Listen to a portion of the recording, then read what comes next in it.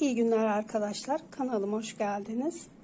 Bugün sizlerle bolluğun, bereketin simgesi olan aşureyi yapacağız.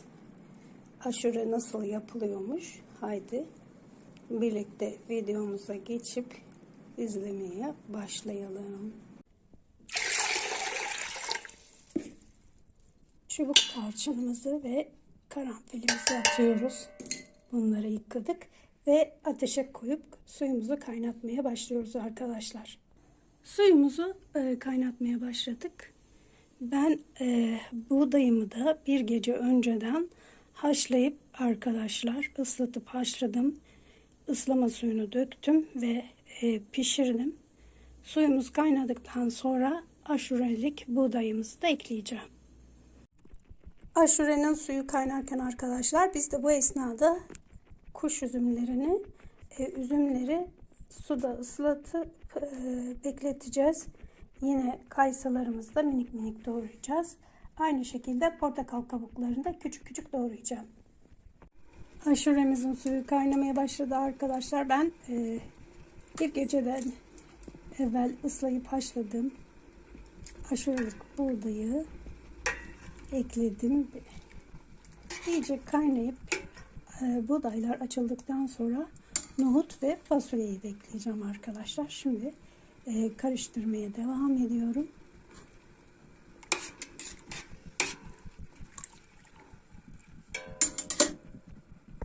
Şimdi sırasıyla fasulyemizi,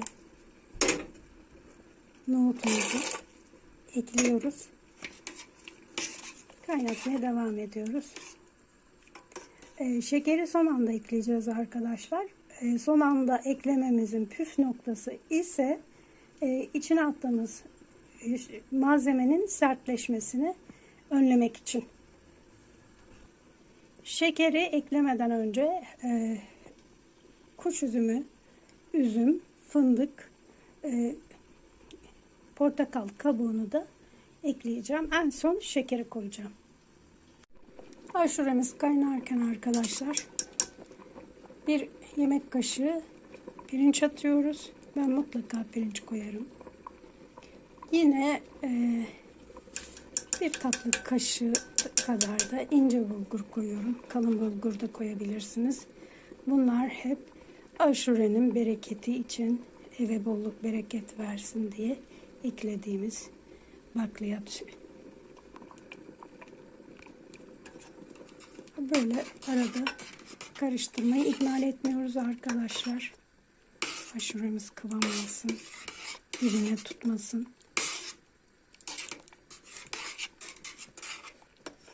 Rengine bakın. Çok güzel.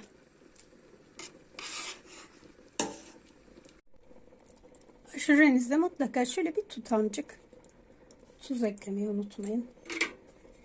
Tatlıların en güzel tadını tuz verir arkadaşlar.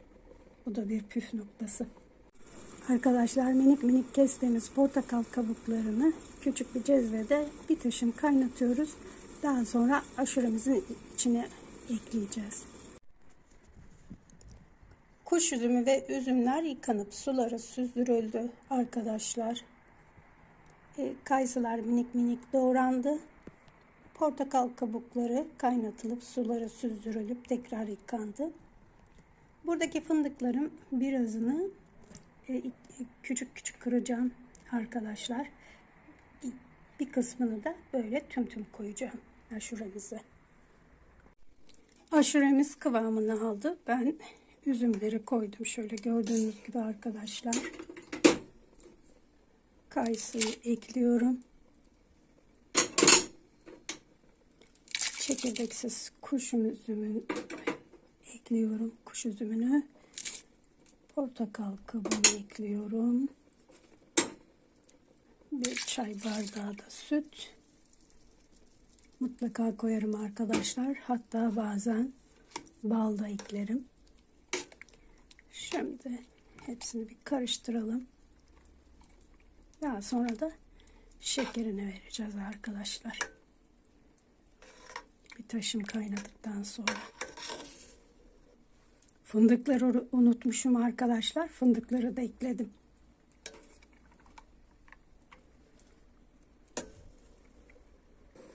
Aşuremiz kuru yemiş ve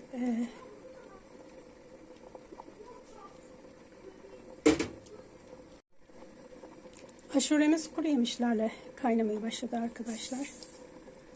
Önce bir bardak şeker döktüm ve karıştırıyorum. Sonra tekrar ekleyeceğim ama şöyle bir karıştırmak istiyorum.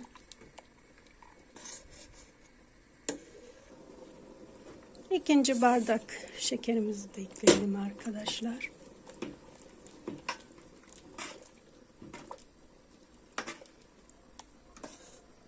Bizden sonra devam edeceğiz. Üçüncü bardak şekerimizi de koyuyoruz. Çok şekerli sevmiyorum ben. O yüzden kontrolle eklemek istiyorum. Şöyle bir parça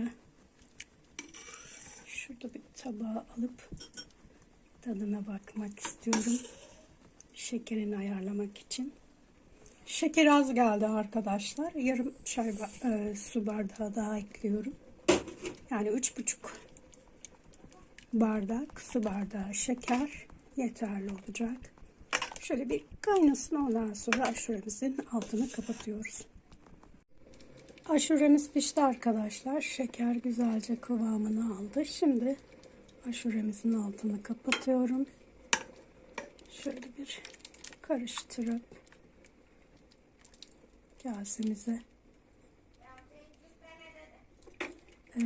servis ediyorum.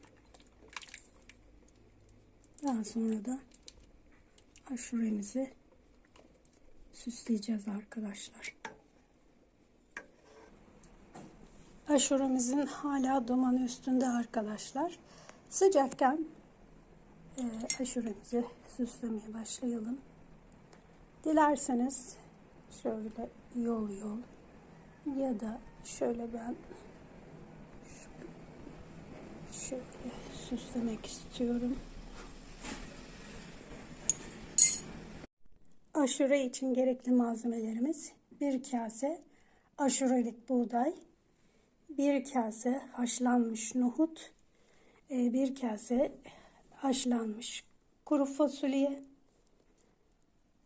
kayısı, kuru kayısı, kuru üzüm, kuş üzümü, fındık, şeker, portakal kabuğu, tarçın süslemek için, çubuk tarçın, karanfil, Hindistan cevizi.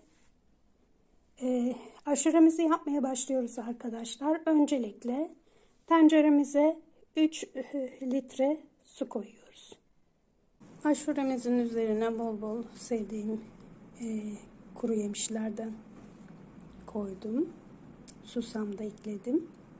Videomuzun sonuna geldik arkadaşlar. Başka videolarda görüşmek üzere. İyi günler.